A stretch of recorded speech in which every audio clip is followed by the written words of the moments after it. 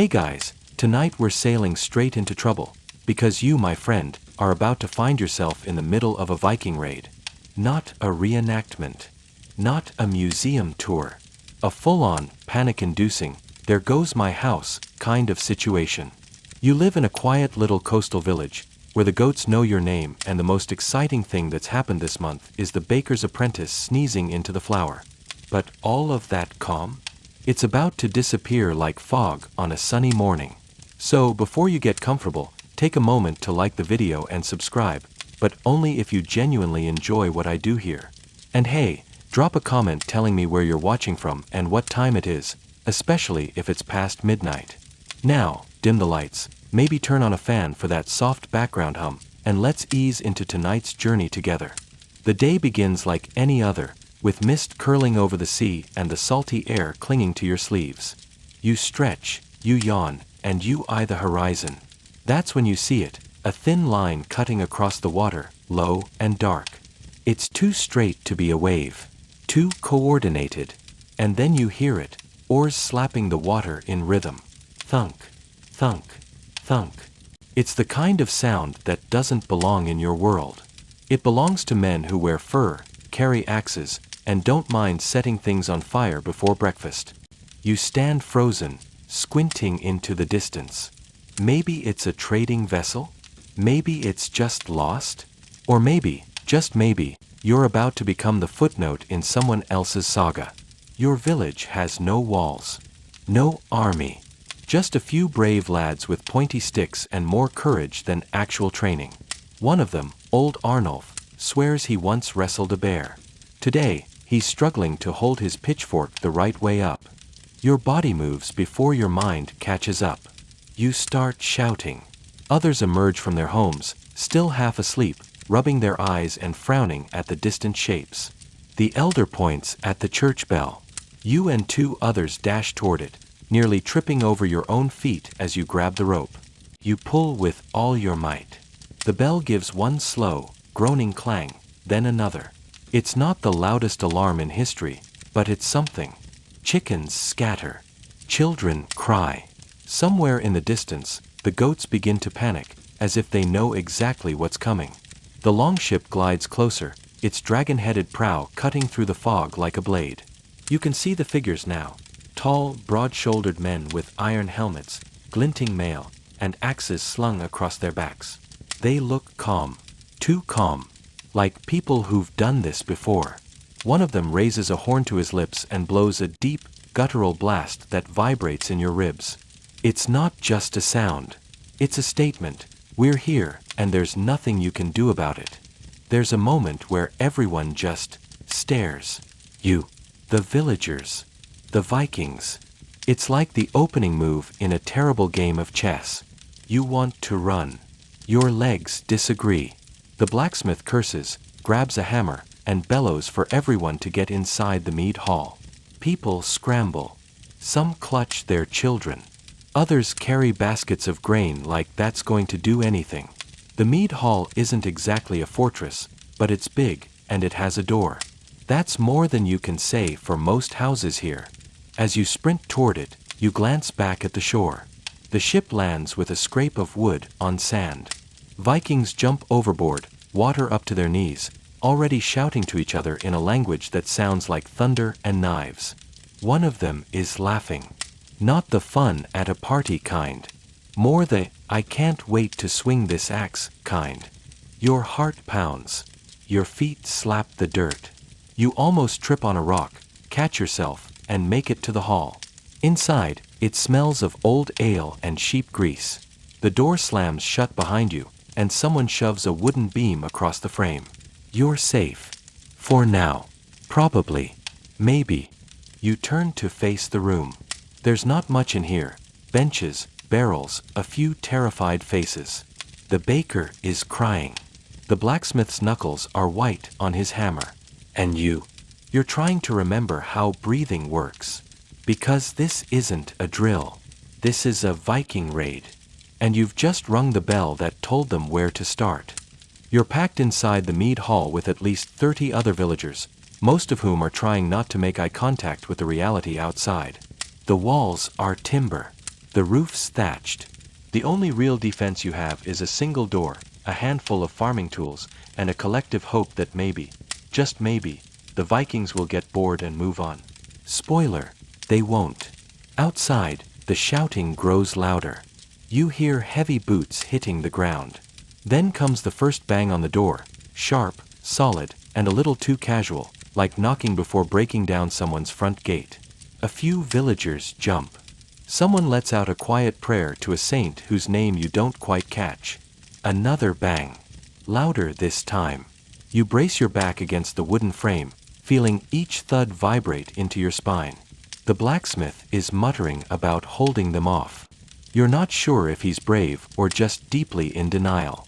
Then it happens. A crash. Wood splinters. You're thrown back as the door gives way. Partially, not fully, but enough for a thick arm to reach in, grab the edge of the beam, and start pulling. The blacksmith roars, swings his hammer, and smashes the hand. A scream follows, but it's not a retreating scream. It's the kind of scream that means, oh good, a fight. You scramble to your feet as the door is slammed shut again, though now it's cracked and bleeding sunlight. Here's the thing no one tells you about Viking raids. They're fast, but not mindless. They have tactics. They test defenses. They look for weak points. And most importantly, they enjoy it. They don't just burn things because it's efficient. They burn things because it's a message. You peek through a gap in the wood and see one Viking lighting a torch from your village's bakery fire. Another is flipping over a wagon like it owes him money. And one guy, just one, is playing a bone flute while everyone else screams. You don't know what kind of battle soundtrack that is, but it's not helping your nerves. A cry goes up from the other end of the village. Someone's trying to run. Maybe they thought they could make it to the woods or the river. Bad idea.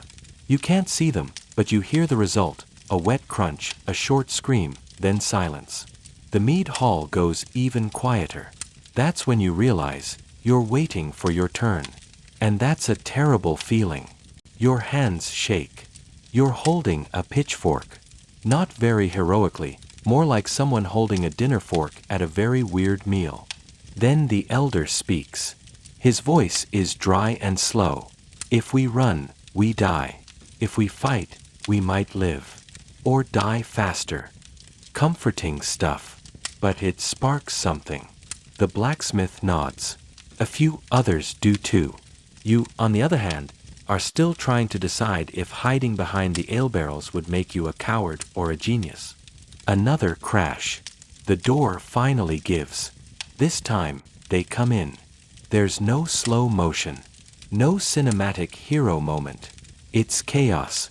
The first Viking in is huge. Fur cloak, braids, an axe the size of your thigh. The blacksmith swings. Misses. Someone throws a stool.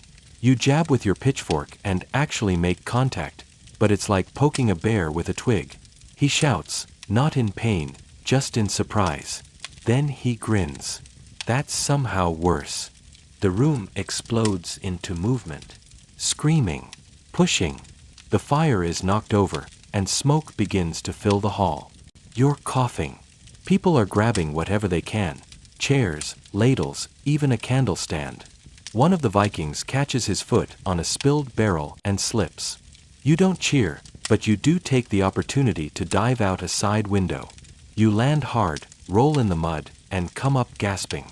You're outside. You're alone.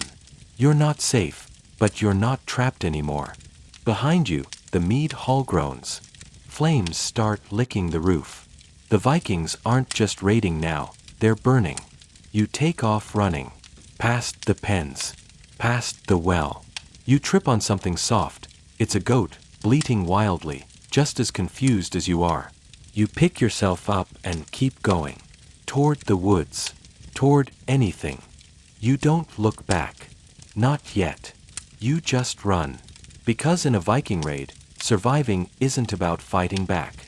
It's about knowing when to run, and hoping you can do it faster than the guy behind you. You don't stop running until the sounds of burning thatch and steel on bone are a distant memory. By then, your legs are on fire, your lungs are wheezing, and every twig that snaps behind you makes your heart leap. Welcome to post-raid life. You collapse behind a mossy boulder deep in the forest, soaked in sweat, and suddenly aware of two very specific things. You're alive, and you have absolutely no idea what to do now. You're cold. Your feet are soaked. Your pitchfork is gone, and so is any sense of dignity you had about how you'd handle danger. This, my friend, is survival, medieval style. Let's talk about the forest. In modern times, it might seem peaceful, even romantic. But in your current reality, the forest is just another uncertain death trap. Wild boars, wolves, bandits, and maybe, if you're lucky, a stream you can drink from that won't kill you slowly over the next 3 days. You crouch low, trying to listen. You hear nothing, no birds, no voices, not even wind. Which, if you've read enough nature lore, is the forest's way of saying, something worse than you is out here. Still, you start moving. You're hungry. You're not about to fish with your bare hands or start foraging like a woodland monk, so you keep an eye out for signs of life, any sign. A broken twig, a rabbit trail, even mushrooms. You won't eat them. You just like the idea that something else survived this long. Eventually, you stumble upon an old charcoal pit.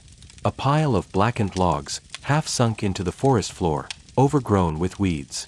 A good sign, actually. Someone worked here once. Maybe there's a trail nearby. Or maybe someone still does. This brings us to a lovely historical point.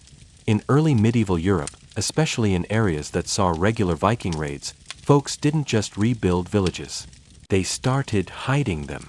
Entire communities retreated into the woods, building half-underground homes called Grubenhäuser, or tucked-away shelters that were part house, part bunker, all desperation. You find one of these, a lopsided hut covered in moss, barely visible unless you're standing right in front of it. You knock. Of course you knock. That's the polite thing to do before potentially getting chased off with a stick. The door creaks open just enough for a single eye to appear. It blinks. Then it disappears. The door opens wider, and an old woman with a sharp stick and a sharper expression waves you in.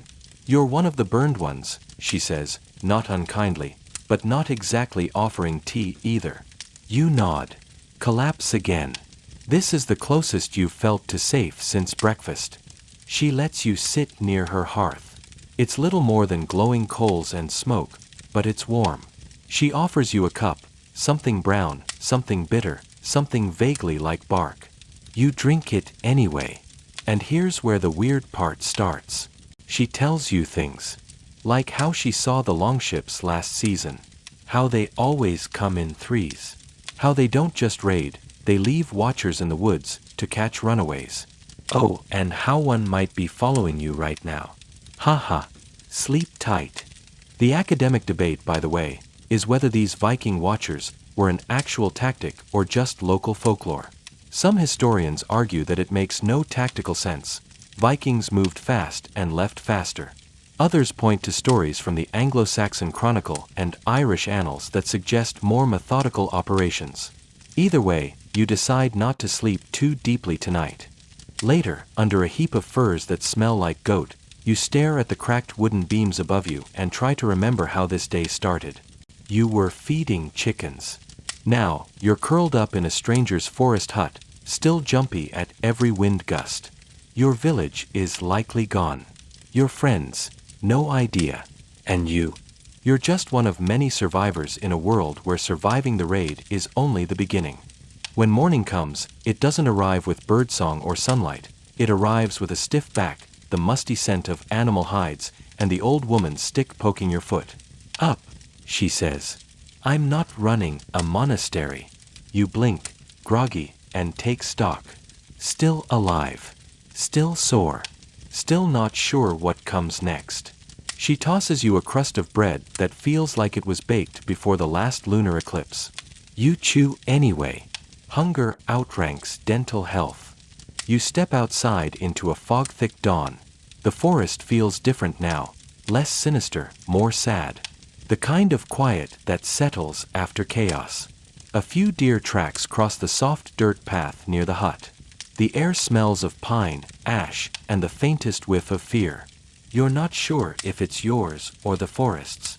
Either way, you need to decide: go back and find whoever's left, or keep moving and pretend you were never part of that village at all. Most people in your situation would choose the second option. And honestly, the first sounds noble, but it's also a good way to get recaptured, robbed, or very politely stabbed. So you choose to wander. Historically, this was common after raids. Many survivors became wanderers, eventually joining monasteries, settling in border towns, or vanishing into the woodlands permanently. There's even archaeological evidence that suggests sudden population shifts in some regions coincided directly with known Viking raid periods. As you walk, you notice how the landscape changes. The forest gives way to fields, abandoned ones, mostly. Tall grass sways where wheat once grew. Scarecrows lean at crooked angles, forgotten. You pass a tiny chapel, door hanging open. No one inside, but wax drips on the altar suggests someone prayed here recently. That's comforting, in a morbid sort of way. People only pray like that when things go very wrong. Eventually, your feet carry you to a river. A wide one. Too deep to cross without a boat, too fast to swim without regrets. Luckily, a small ferry hut sits at the edge. Unluckily, it's empty. But you spot fresh footprints in the mud, and an oar. That's when you hear the voice. You looking to cross? It's a man, cloaked, leaning on a crooked pole like he's auditioning for the role of suspicious stranger number one. You nod. He gestures for you to step in. The boat is a shallow dugout, patched with tar and ambition. It rocks like it's offended by your presence. But you climb in. What choice do you have? As the boat drifts into the current, the man doesn't ask your name. Instead, he asks, "What village?" You hesitate. Say the name. He gives a small grunt, the kind people make when they already know bad news. He tells you stories about other raids, other survivors. Some went north. Some were captured and sold. Some joined bands of outlaws, living in ruins and robbing travelers who look a lot like you. One group even swore to hunt Vikings and take revenge, though that mostly ended in mutual disaster. It's fascinating and horrifying in equal measure. And again, there's debate. Some historians argue that peasant resistance movements were rare and mostly fictionalized. Others point to local rebellions and vigilante groups forming in fragmented regions during times of instability. Truth. Probably somewhere in the mud between legend and practicality. You thank the man as you step onto the opposite bank. He grunts again, already turning the boat for the return trip. You wonder if he was once like you, a survivor drifting between fires, ferrying people from one ruin to another. You keep walking. Not toward anything, exactly. Just away from what happened. Each mile gives you more distance from the flames, but not from the memory. That will linger, like smoke in your clothes, like ash in your lungs. The raid may be over, but the life you knew is not coming back. And somehow, deep down, you already knew that the moment you saw the sails. The road forks at a hill where wildflowers grow defiantly among the ruins of an old stone wall. You stop to breathe, and to decide. One path veers toward what looks like an old trade route, worn into the earth by cartwheels and sore feet. The other dips into a valley, fog-filled and quiet. You listen, as if the wind might vote for you. It doesn't. You go with the trade road. Safer, probably. At least, that's the kind of lie you can live with. By midday, you spot a group of travelers in the distance. 4 of them, cloaked, armed, and clearly watching you. You do what any cautious medieval wanderer would do. Slow down, make yourself look less interesting, and keep one hand near the small rock you picked up earlier for just-in-case moments. The oldest trick in the book, really. But here's the thing. In the 9th century, banditry wasn't just a career choice, it was practically its own economy. One of them calls out, "You from the coast?" You nod carefully. He whistles and gestures you forward. Against better judgment, and your own inner voice screaming nope, you approach. Turns out, they're not bandits. They're farmers, or what's left of a farming family, heading inland to escape the next wave of Viking raids. They share dried apples, bitter but edible, and offer a place by their fire for the night. You take it. Because at this point, survival means not sleeping alone if you can help it. Around the fire, the conversation turns toward rumors. There's talk of kings raising militias, of monastic strongholds with stone walls and blessed water that burns Viking skin. Someone mentions a noble who's been hiring survivors to build palisades around his estate, promising food and coin. It's all vague and wildly inconsistent. But hope, when you're desperate, doesn't need details. Interestingly, records from this time suggest that refugee bands were surprisingly common after raids, with people forming temporary communities as they fled inland. Some even became semi-permanent settlements. Archaeological layers show sudden growth in hilltop villages far from navigable rivers, places raiders were less likely to reach. And yet, even among these groups, survival was not guaranteed. Disease, food shortages, and infighting often took just as many lives as the raids themselves. After the fire dies down, you lie on damp earth and stare at a moon filtered through thin clouds. The stars above seem indifferent. You think about your village, the people who didn't make it, and the eerie silence that always comes after screaming stops. You try not to remember. But your brain, ever the drama queen, insists on replaying every moment in high-definition memory. Sleep is a concept more than a reality. You drift in and out, dreaming of creaking ships and fire-lit skies. In the quiet stretches of almost sleep, you wonder what kind of person you're becoming. Someone cautious? Someone cold? Someone like those cloaked travelers, eyes always scanning the horizon? By morning, the group has already packed. No one says much. There's no good way to say goodbye when you don't even know if you'll live to regret not saying more. You head out again, feet sore, thoughts heavier. The road grows steeper, trees thin, birds return. You pass a shrine carved into a tree trunk, its offerings long since picked clean by animals or people who stopped believing in divine protection. You leave a pebble anyway, just in case the gods are still listening. Or bored. And just like that, you're alone again. But not really. Because at this point, loneliness is less about being the only body on a road and more about realizing there's no one left who remembers where you came from. That's the thing they don't tell you about surviving a raid. It's not just your house that burns, it's your past. Your place. Your before. You're not just walking towards something new. You're walking away from a version of yourself that can't come back. By the time you reach the outskirts of a small fortified village, your feet are blistered, your cloak smells like wet wool and trauma, and your stomach has been making passive-aggressive noises for hours. You approach slowly, keeping your hands visible and your expression as non-threatening as possible.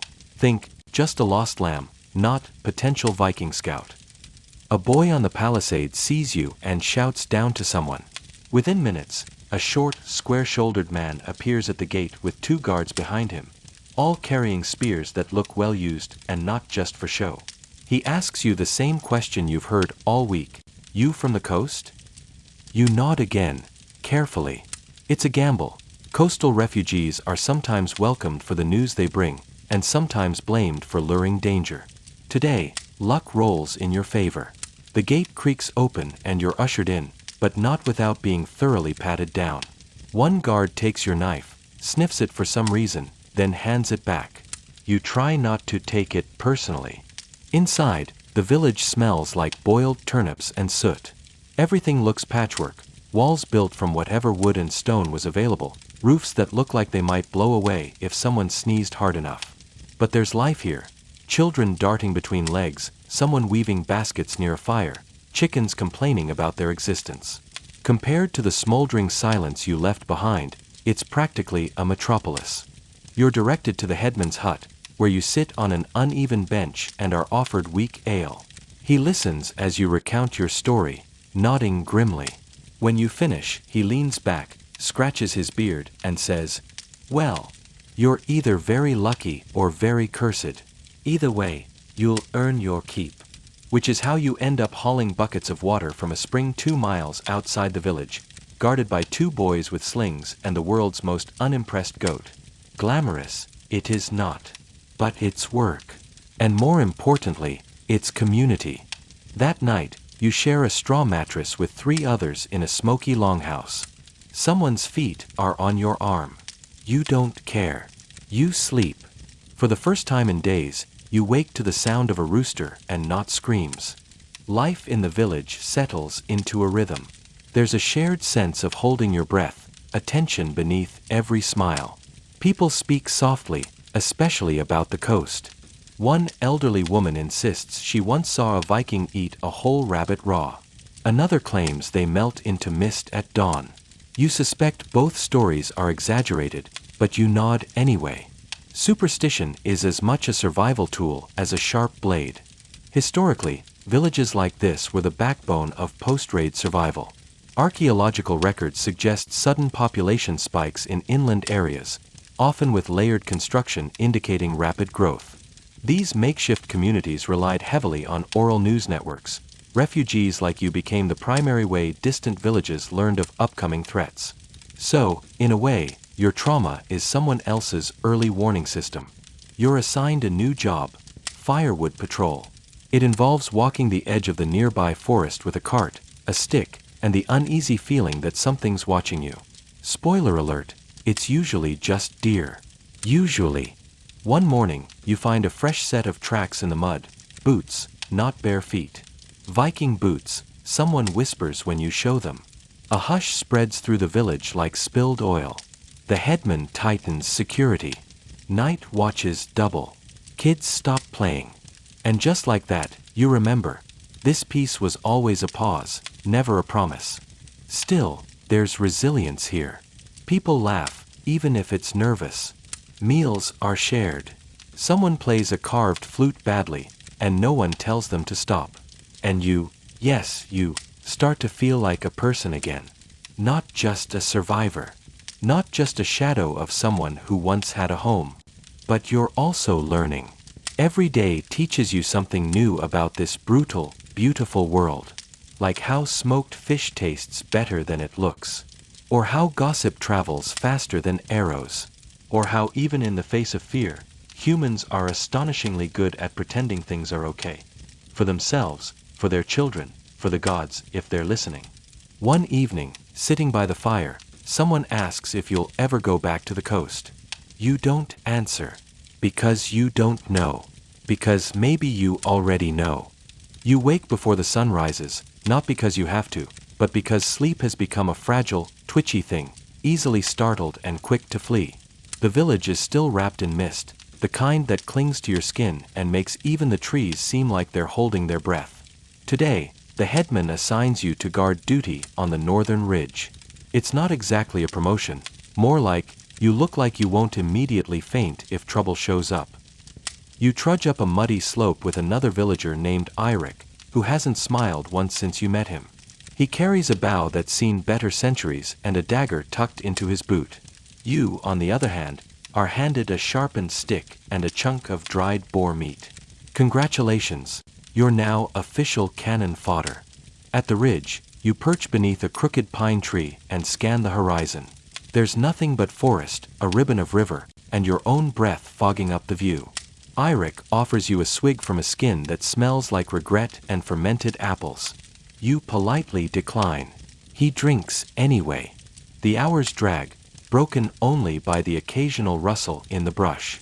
Every snapping twig sounds like fate arriving. But usually, it's just squirrels being chaotic or a deer who clearly doesn't understand personal space. Still, you watch. Because this is your job now, being the pair of eyes that might see death coming early enough to shout about it.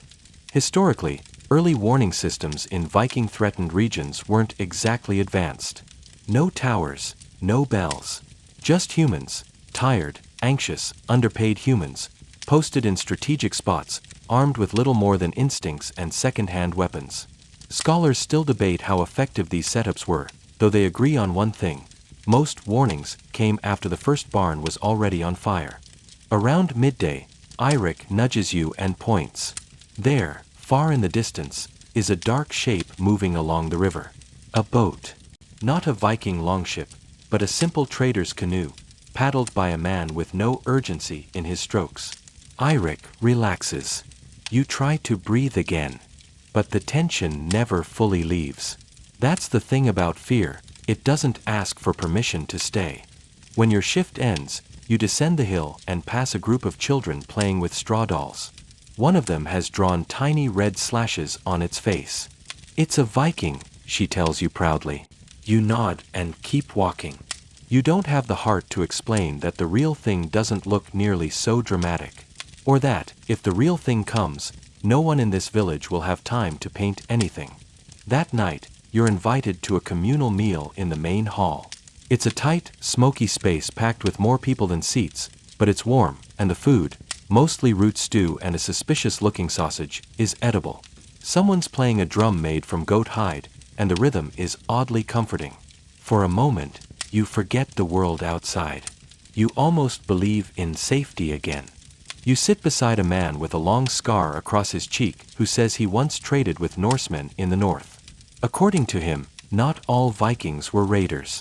Some just wanted to sell amber or buy grain. He says they laughed a lot and drank even more. But when they're angry, he adds, the world turns red. Then he shrugs and bites into a hunk of bread like he hasn't just dropped that casual bit of trauma into your lap. You learn quickly that the people who've survived raids don't talk about them much. When they do, it's always in half sentences, or jokes that no one laughs at. Like grief, fear becomes part of the air, something you breathe in and out without noticing. Later, as you lie on your shared straw bed, a distant howl cuts through the night. A wolf, maybe. Or a fox. Or something worse, whispered stories say, shadows left behind by Viking souls who died with unfinished business. You pull your blanket tighter and tell yourself that ghosts aren't real. But you don't sleep for a long time. And yet, despite everything, the blisters, the hunger, the constant ache of vigilance, you're still here. Still learning. Still holding on. You're starting to realize that survival isn't always about swords or strength. Sometimes, it's just about staying still long enough to hear the warning, quiet enough to not be noticed, and lucky enough to see another sunrise. Dawn breaks with a bruised sky, the kind that hints at rain but doesn't fully commit. You've barely slept, but there's no time for yawning today. The village is buzzing, and not in a good way. The scouts, real ones this time, not just you and Eirik with a stick and a dream, have returned. They bring word of movement near the coast. Ships. Too many to be merchants, too quiet to be fishermen. Everyone knows what that means, even if no one says it aloud. You're handed a bundle of rags and told it's your armor. It's technically leather, but time and wear have turned it into something closer to wet cardboard. Your weapon, an axe so blunt it might actually do more damage as a club, is slung across your back. You tighten your belt, mostly to keep your courage from falling out. The headman calls a gathering. He stands on a tree stump like a general commanding squirrels and delivers a speech that's part reassurance, part frantic whisper. They might not come here, he says, trying to sound confident. But we must be ready. No one claps. A baby cries. A dog pees on the stump. The plan is simple. Half the able-bodied villagers will help reinforce the fences and watch the forest line. The other half, older folk, children, people who've never held a weapon without cutting themselves, will dig hiding pits or start packing for a possible escape inland. You're assigned to fence duty. Again. Apparently, you give off strong, makeshift human shield energy. You spend the day hammering crooked stakes into already half-frozen ground. Your hands blister quickly, and your shoulders burn in ways you didn't know possible. Next to you, a wiry woman named Sigrid works with terrifying efficiency. She doesn't talk much, but when she does, it's to correct your form or toss you a better tool.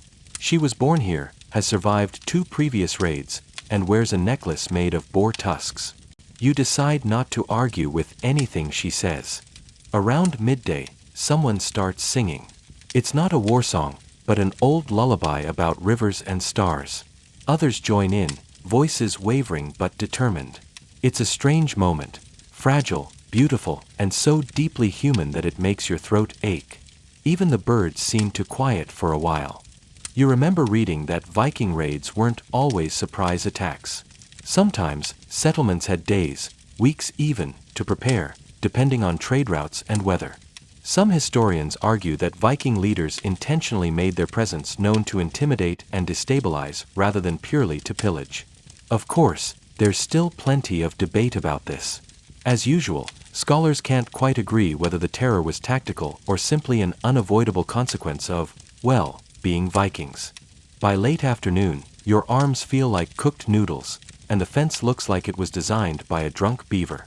Still, it's something. Something you can point to and say, we tried. That night, there's a quiet meal.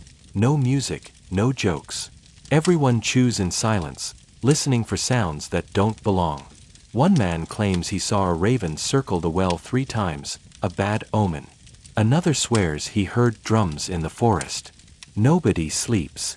They just lie still, hoping the world holds its breath a little longer. You lie in the darkness, every creak of wood and flutter of wind setting your nerves on fire. You try to think of home, of safety, of stories where the heroes always win. But tonight, you're not the hero. You're just one of dozens of villagers clutching a dull axe, praying that morning brings light instead of fire. And still, you wait. The sun rises like it's uncertain whether it should, painting the sky with hesitant pinks and washed-out yellows. You've survived the night, but barely. Not because of an attack, but because your nerves never once let you drift off. Around you, people stir, stretch, and pretend they're not as terrified as you all are. Breakfast is a communal silence served with cold barley mush and the collective hum of dread. Word spreads fast. The raiders landed. Not here, but not far. A neighboring village, smaller than yours, but just as vulnerable, has been hit. No survivors came running. Which means either there were none, or they're hiding too well to risk the journey. Everyone knows what that means. It's not over. If anything, it's just begun. You're given a new job. Patrol duty. That sounds official, but really, it's walk the perimeter until your feet fall off and pray you're the first to spot anything suspicious. You're paired with Eirik again, the same guy who once mistook a sleeping pig for a Viking. Great. You tread carefully through the thinning woods that border the settlement. It's spring, but the trees haven't fully committed to blooming, leaving plenty of dead branches to crunch underfoot.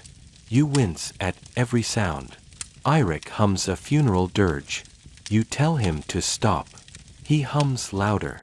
You find a half-burned torch near the creek. Could have floated here from anywhere. Could also mean someone's watching. You squint at the tree-line and try to convince yourself it's just your imagination. But then a branch snaps. Not near you, not far away either. You freeze. Eirik freezes. Even the birds pause mid-chirp. You both bolt back toward the village with the speed and grace of 2 cats tied together at the tail. When you return, breathless and white-faced, the headman doesn't scold you. He just nods grimly and tells the others to tighten watch. More traps are laid. More weapons are sharpened, if you can call rubbing metal against a rock sharpening. There's a strange rhythm to fear. It pulses, subsides, flares up again. By noon, most people are doing something. Chopping wood, braiding nets, baking hardtack, just to keep their hands busy. The older women boil herbs not because anyone's sick, but because the smell reminds them of calmer times. That, or they're preparing poultices for wounds no one wants to talk about.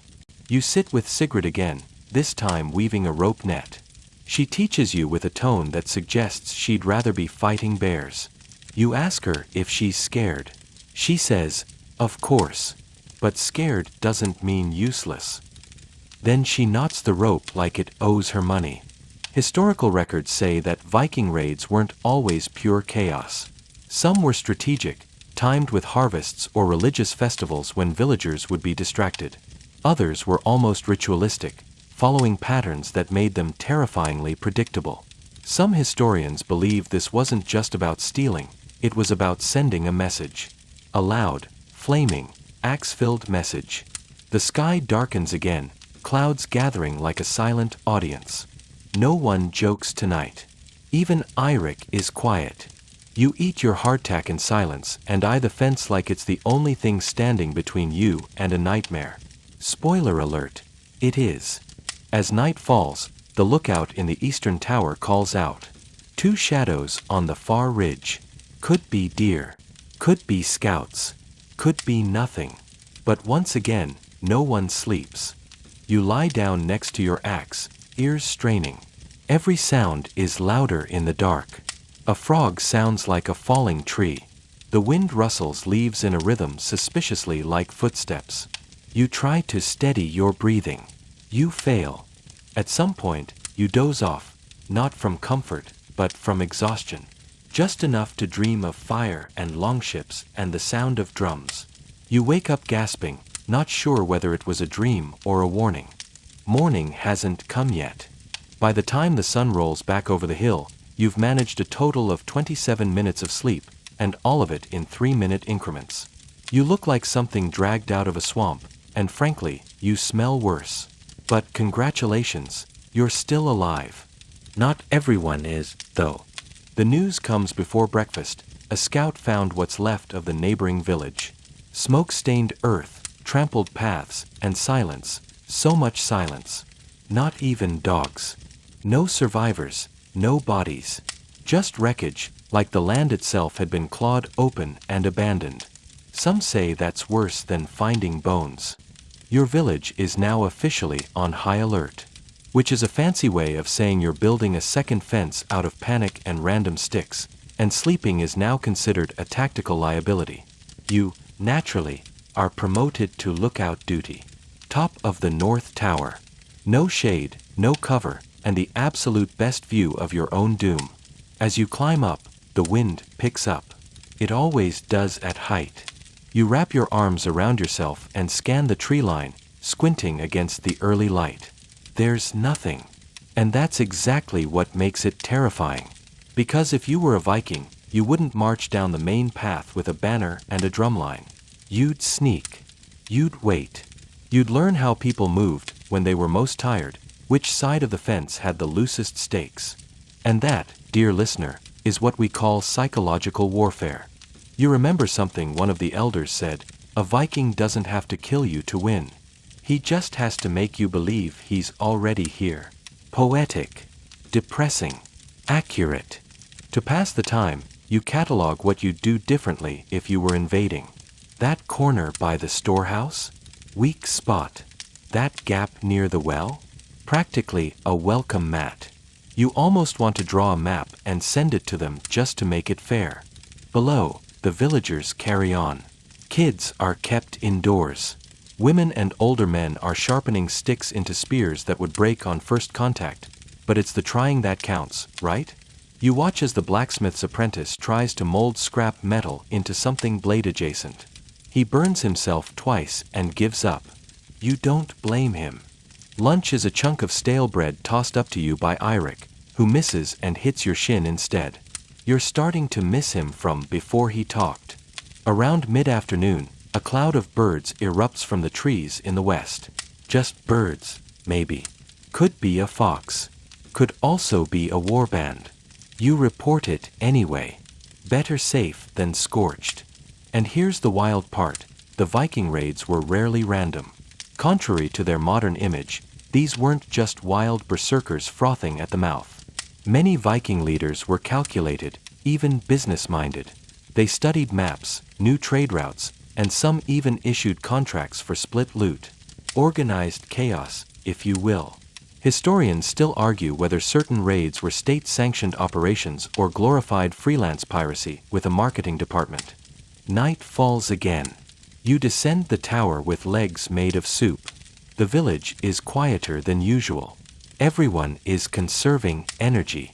No singing, no firelight beyond the essentials. You eat in silence, your stomach knotting around itself. Someone suggests drawing straws for who takes night watch. You draw the shortest. Of course you do. Midnight. You're back on the tower, wrapped in every piece of clothing you own, eyes peeled. The world feels too big up here.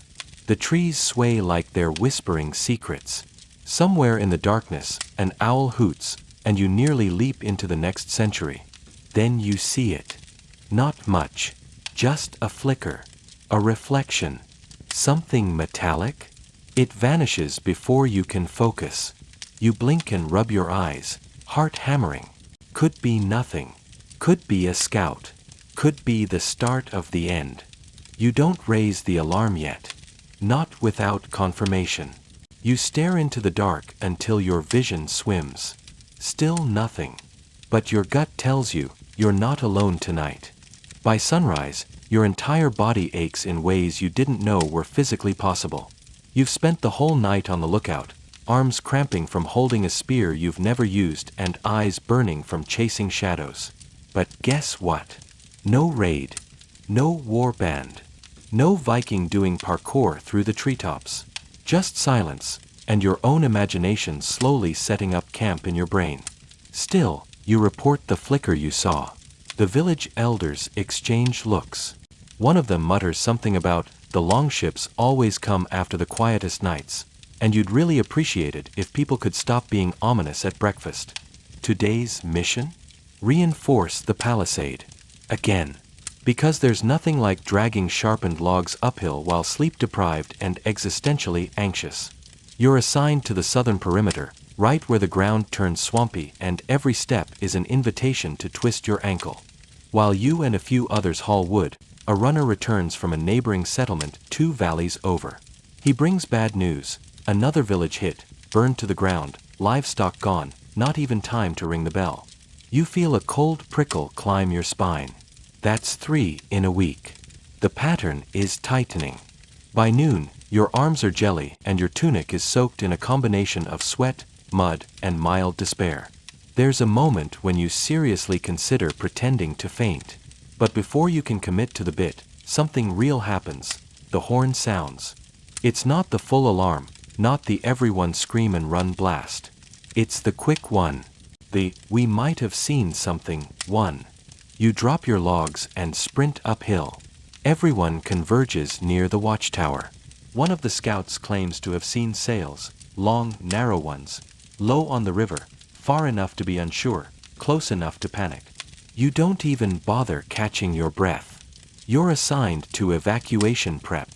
Evacuation prep, you ask?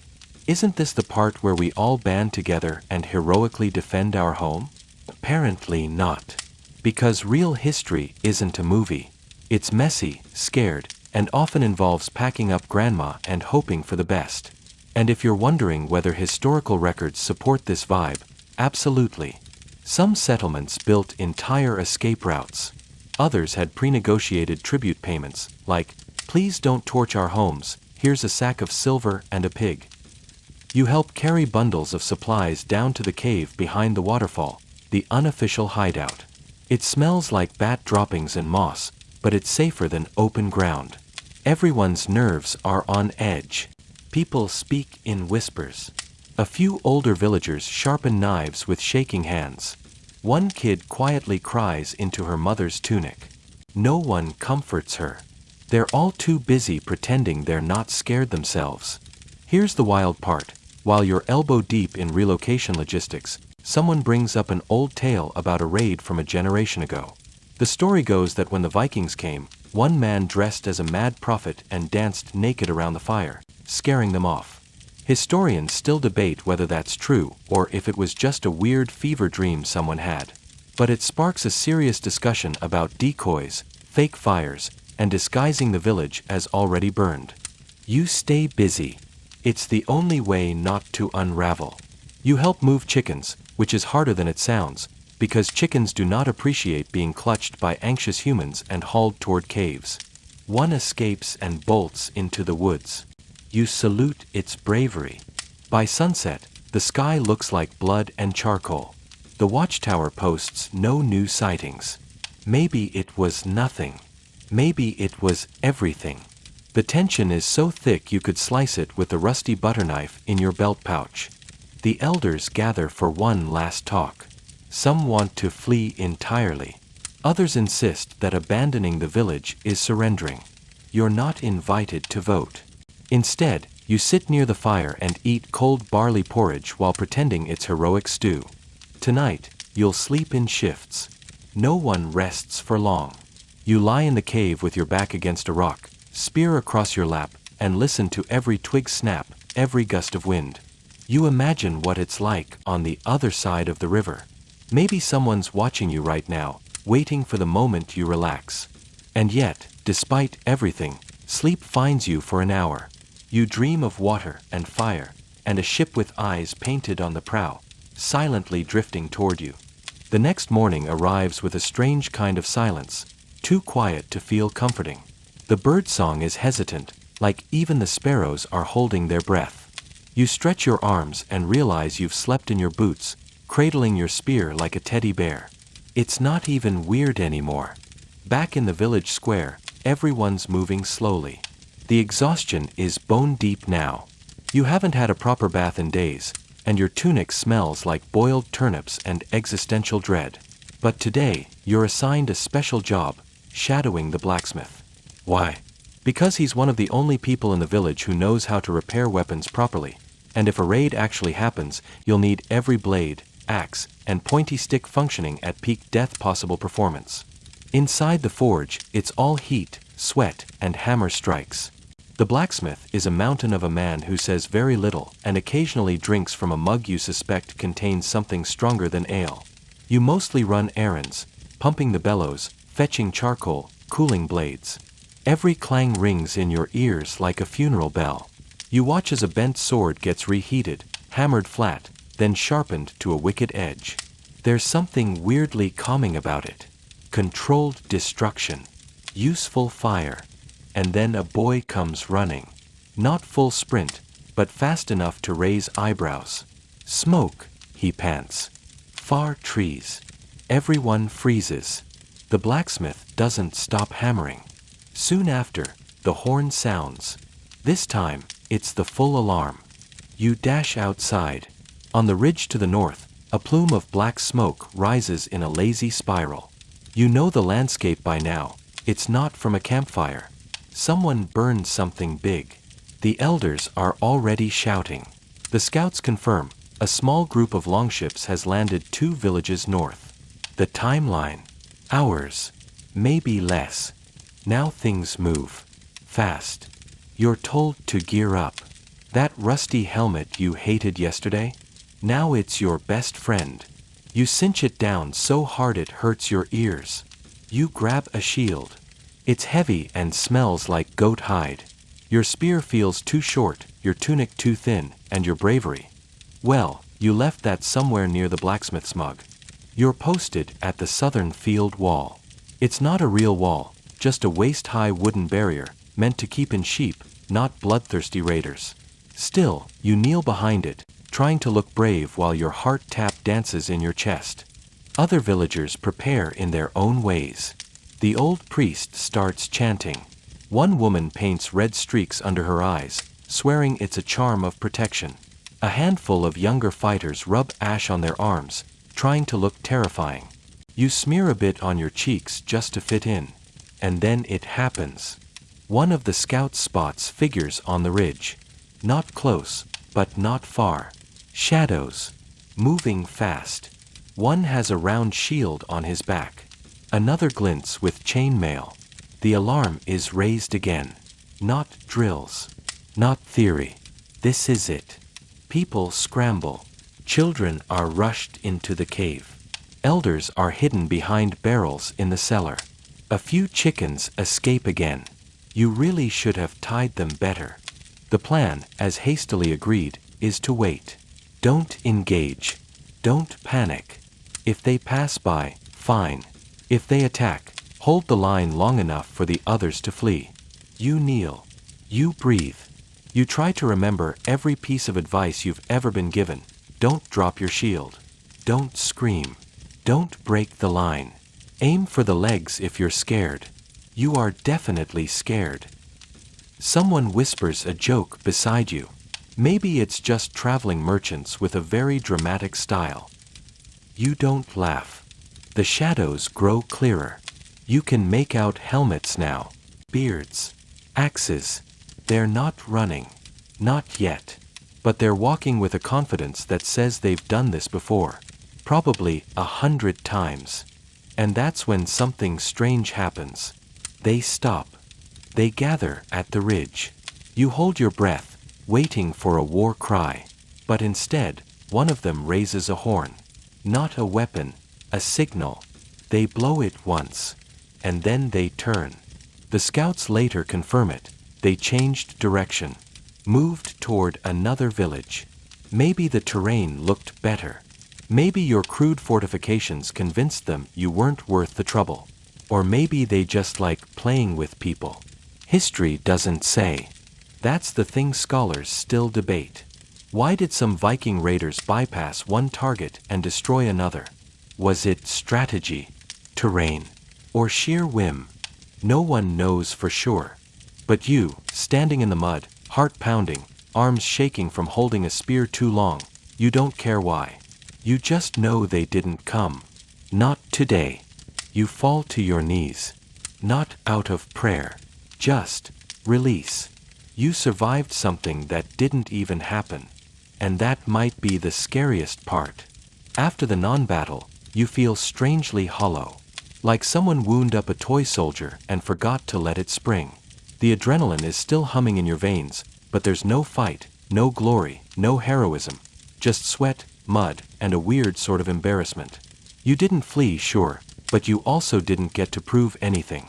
So you stand there, watching the smoke trail fade into the pale blue sky, wondering what it even means to survive a raid that never happened. Later that day, the village calls an assembly. The elder with the long beard, who always smells faintly of onions and burned parchment, makes a speech about unity, vigilance, and how this was a test from the gods. You try to look solemn, but mostly, you're hungry and your back hurts. Behind you, someone coughs, someone snores, and someone else mutters that the gods have really bad timing. Still, the near miss changes things. Suddenly, you're not a kid anymore. People nod at you with a different expression. You're invited to sit closer to the hearth. You're handed better food, thicker stew, more bread. Even the village dog stops barking when you walk past.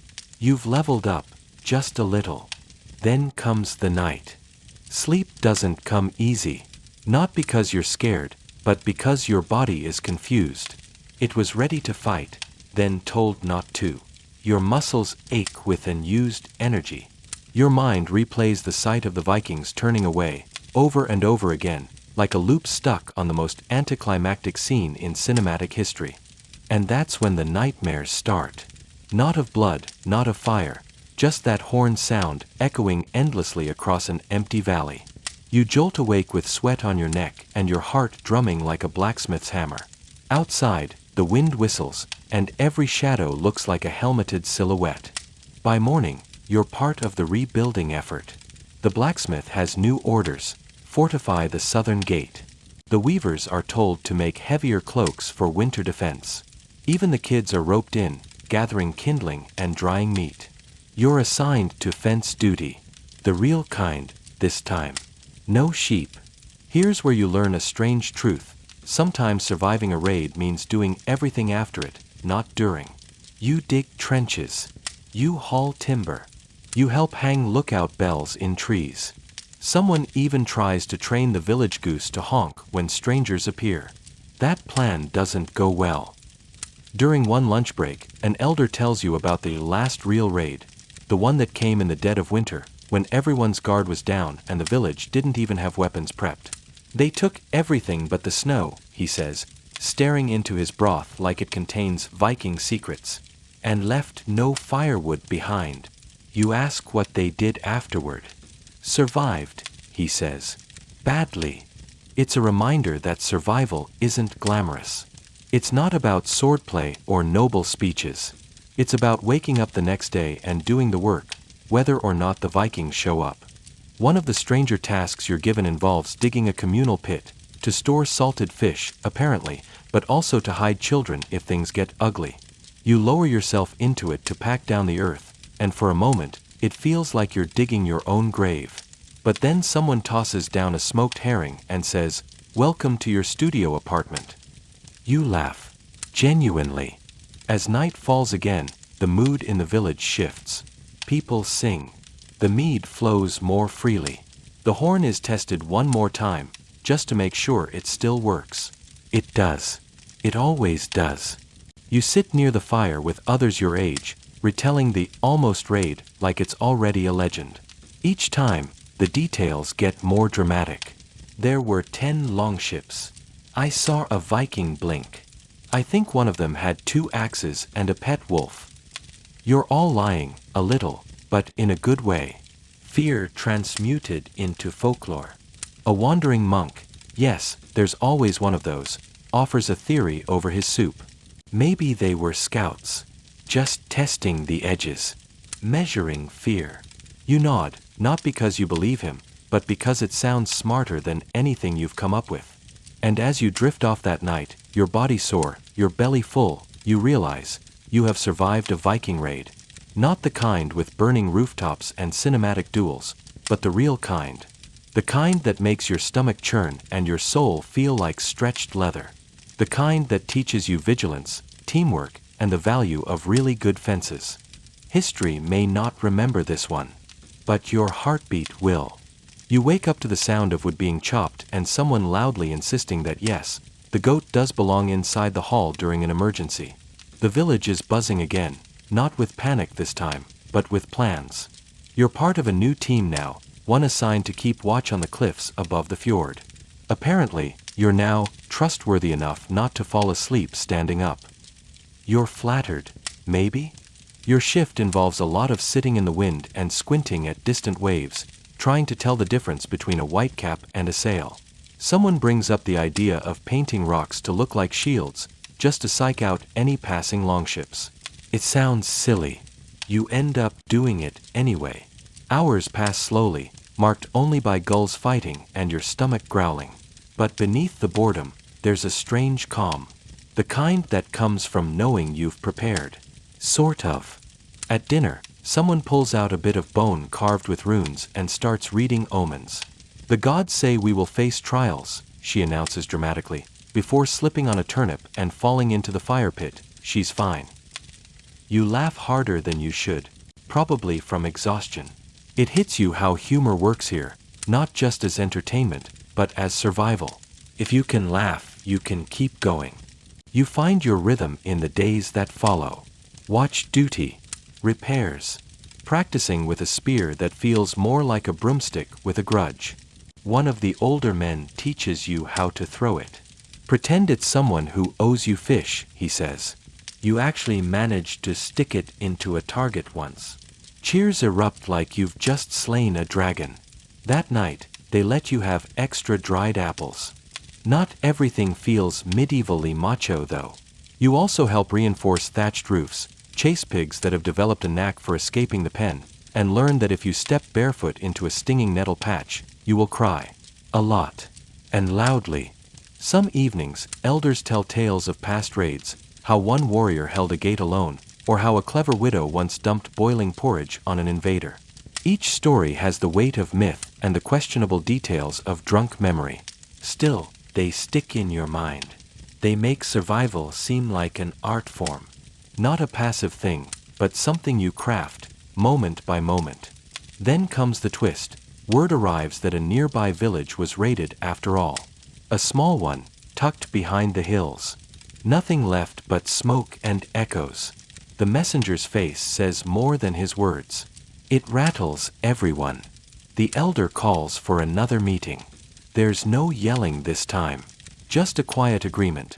More training, stronger defenses, fewer assumptions. Fear doesn't shout anymore, it whispers. And it's whispering that the Vikings are watching. You sleep lighter that night, flinching at every owl hoot and twig snap. At one point, you think you hear oars in the distance. But it's just your heart thumping. By morning, a plan is set. You'll rotate watch shifts more frequently, stash emergency food underground, and, weirdly, start teaching the kids how to use slings. A 7-year-old nails a squirrel on his first try. You quietly decide never to annoy him. Someone starts carving small wooden ravens, symbols of Odin, and places them around the village for protection. You carve one too, even though you're not sure if you believe in that stuff. It's oddly soothing. Maybe magic isn't real, but meaning is. And right now, meaning is the difference between dread and courage. You're tasked with helping dig a deeper well. The old one's been drying up. As you haul buckets of dirt, someone beside you asks, "Think they'll come back?" You pause, then say, "Probably. But we'll be ready." There's a strange confidence in saying that. Not bravado. Just resolve. You don't control the sea, or the wind, or the fury of Viking sails. But you do control how sharp your spear is, how fast you can run, how well you can warn others. And that, in this brutal equation, counts for something. The sky turns a soft lavender as evening falls. You're up on the watch cliff again, wrapped in wool, breathing in the salt air. Somewhere below, a dog barks at nothing. Maybe it's just the wind. Maybe not. You keep your eyes on the sea. You won't be caught off guard. Not again. You're up before dawn this time, not because someone yelled, but because your body just knows now. You slip out of your straw bedding, quietly, as not to wake the others snoring nearby. The fire in the hall has dwindled to embers, and you stir it back to life with practiced ease. Outside, frost kisses the grass. The sky is that murky gray between night and sunrise, and the cold hits you in a way that says winter's just around the bend. You've made it through the raid, through the rebuilding, and now, if the gods are kind, through the long dark season to come. A few villagers are already up. You nod to them like you're one of them now, because, well, you are. Somehow. You went from outsider to almost Viking through nothing but time, chores, panic, and about 1,200 near blisters. A young boy tosses you a small piece of jerky as you pass. "For the watch," he says. Your heart does a little flip. You pocket it with a smile. Today's different, though. There's tension in the air, but not the panicked, flailing kind. More like when a storm is coming and everyone just knows. Word spread. A ship was seen again, this time closer. Maybe it's a trader. Maybe not. Doesn't matter. You've drilled for this. Everyone moves like clockwork. Spears are sharpened. Fires doused. Children ushered underground. Your hands don't even shake anymore as you tie on your gear. You and your team take your post on the cliff. Far off in the mist, something moves. A dark blot. Then another. Your heart pounds, not in fear exactly, but in anticipation. If this is it, then at least you're ready. As ready as someone who still sometimes trips over goat poop can be. The boats don't come closer. They hover for a while, then vanish back into the fog. Testing you, maybe. Sending a message. You and your companions stay quiet for a long time after they disappear, eyes fixed on the sea like it might whisper the Vikings' next move. Back in the village, no one cheers. No one relaxes. But there's a shared look. A nod. Not of victory, but of survival. You feel it settle into your bones. This isn't a moment of peace. It's a pause. But you've learned to breathe inside that pause. Later that night, around the fire, someone plays a bone flute. The notes are thin, reedy, but full of something you can't name. It weaves through the air like thread, stitching people together. An elder tells a story about a man who fooled a sea monster with nothing but a carrot and a lie. It's ridiculous, and everyone laughs, but when the punchline comes, they all glance out the window. Just in case. Before bed, you step outside. The stars are out, cold and clear, scattered like Viking coins across the black sky. You look up and think about how far you've come.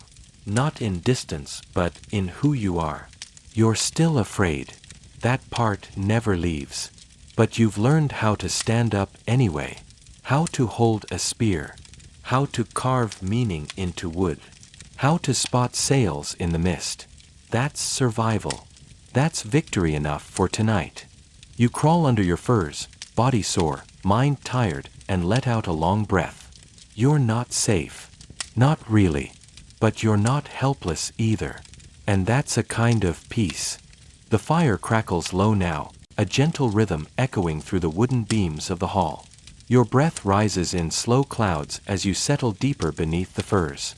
Outside, the wind brushes the trees like a lullaby written in leaves.